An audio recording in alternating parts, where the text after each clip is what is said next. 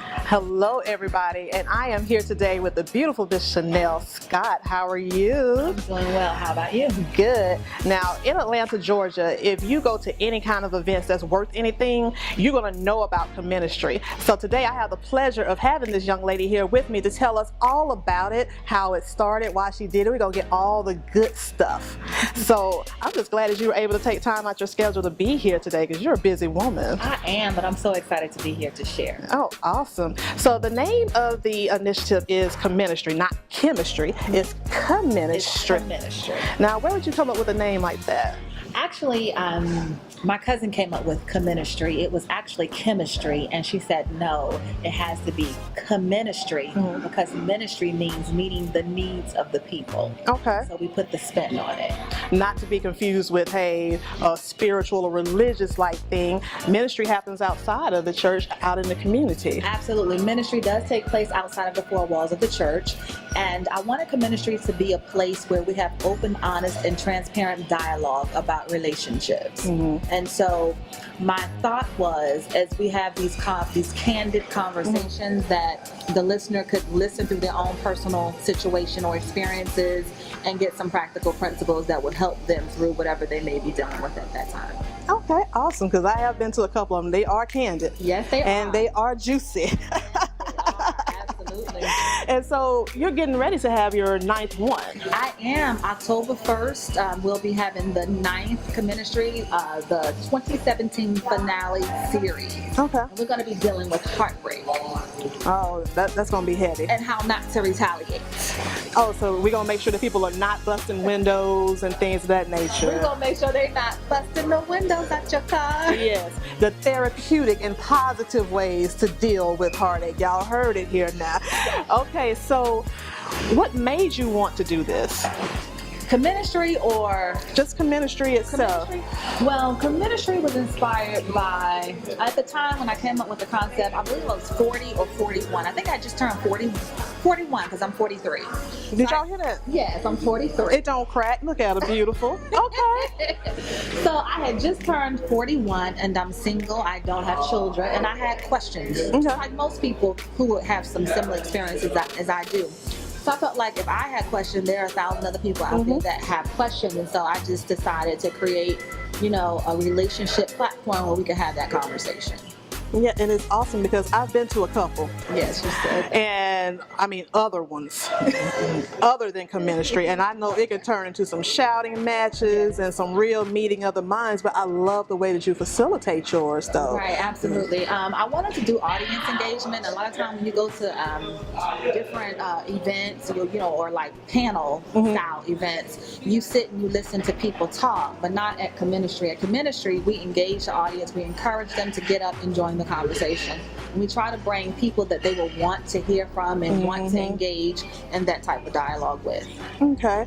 And you've had some powerhouse people on the panel too. I have, because relationships are universal, so we attract a lot of different people. Yeah, so all different industries. Yes. We've had some celebrities, Yes. we've had some relationship experts. Yes, we've had it all. We've had some reality stars. We've had it all. Name a couple of them just to let them know. Let's see who we've had. We had Erica Dixon from Love and Hip Hop Atlanta. Yeah, I remember that We just one. recently had Q Parker from the R&B group 112. We had Andre Carter, Tawanda Braxton's husband from the Family Braxton Values. We've had Robin Dyke from Bravo's Mother Funders. We had Matt Jordan from Real Housewives of Atlanta. Oh, okay. So that's just to name a few. We've had a lot of interesting people. Good. And like I said, I love the platform itself because it's not just shouting matches or anything. I mean, people are coming in, they're having a meal, they're networking, they're having engaging conversation. Absolutely.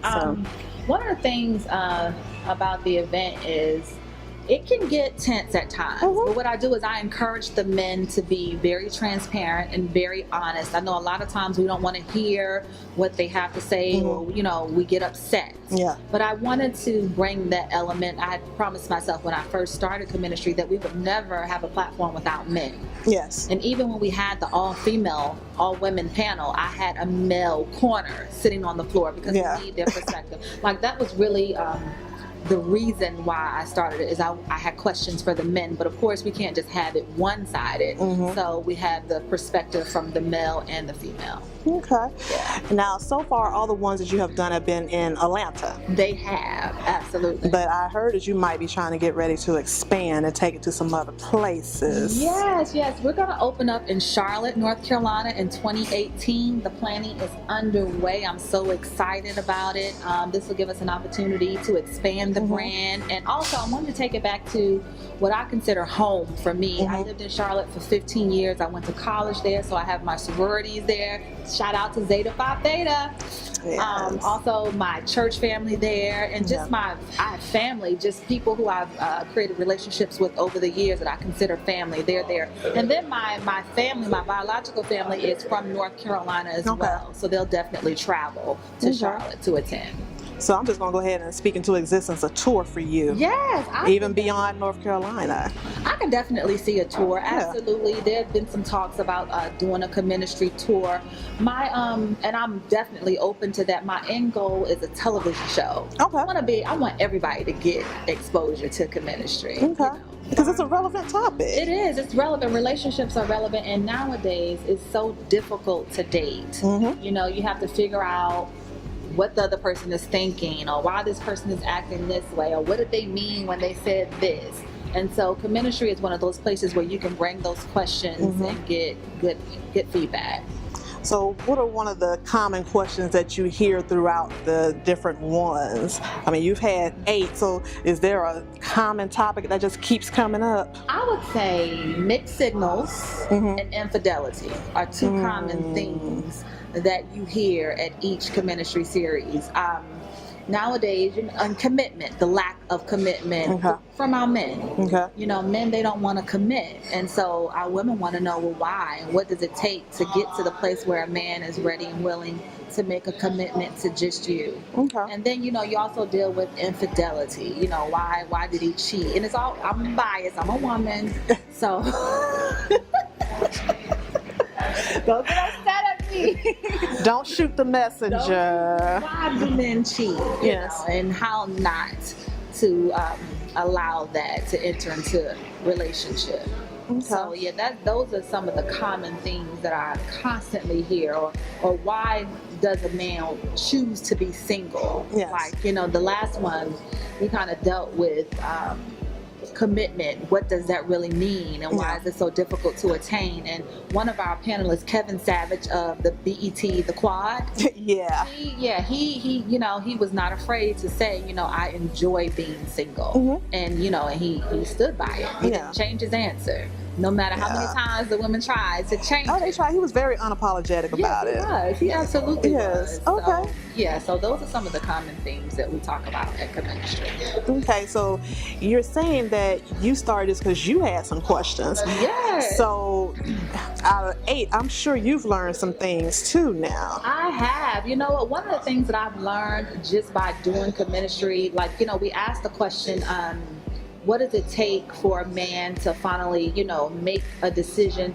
to be in a commitment? That's been one of my own personal questions, and the bottom line is he has to want to. Yes. It has to be intentional, you know, and it, you know, unfortunately, just in my own dating experience, that has not been the case, you know. So I just honestly wanted to know, like, what's wrong with me, or is it that many men out here that would prefer to just date multiple women, or, you know, what does it take to have a healthy relationship? Coming from someone who, for 8 years of my, from the age of 33 until 41, I believe, you know, I practiced celibacy, and I wouldn't necessarily, not years, 8 years, and 8 years and counting, but you know, I'm not actively, even though that might be the case right now, I'm not actively, like I wouldn't tell somebody, well, you know, I'm celibate, but you know, for the 8 years I was practicing celibacy, and that's what it was. And so prior to the 8 years, I experienced a lot of personal dysfunctional, what I consider situationships and not necessarily relationships. You know, and so after the 8 year of celibacy, I used that time to really do the work, you know, and deal with some of those things that, you know, I'm the common denominator in all the relationships that I had prior to the 8 years. And so just kind of evaluating and doing self-reflection and trying to better myself as a person. So coming out of that, that's where CheMinistry was birthed. On the other side of that 8 year, like, hey, what's up, y'all? Like, why is it this way? Now, that's perfect when you're able to create a platform that's going to answer some questions, but most of all, you get a chance to answer some of your own questions. Absolutely. So, now, it wouldn't be me if I didn't get just a little bit nosy, though. Oh, girl. Well, I don't know about now, if this is all about relationships and dating, what would it be like to date Chanel Scott? What? Do you want me to answer that question?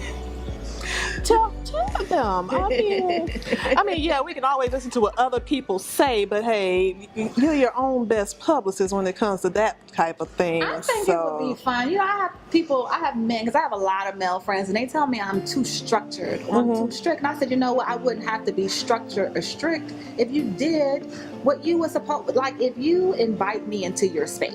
That's how I see it. When you make a decision to be in a relationship with someone, you are inviting that person into your life, into your space. What you're saying is, I can accommodate you in this space that I've created for you. But when you invite me into your space and then you don't do the minimal, like return my phone call, return my text, take me out on a date, you know, the small stuff, you know, I have issues with that.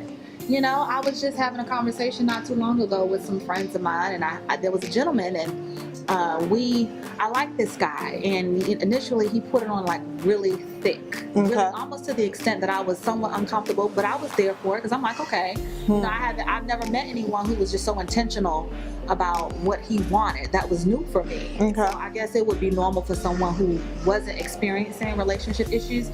But then the brother, he fell off the grid. Like, he went from this is what I want to not returning phone calls, and just abruptly, like nothing happened.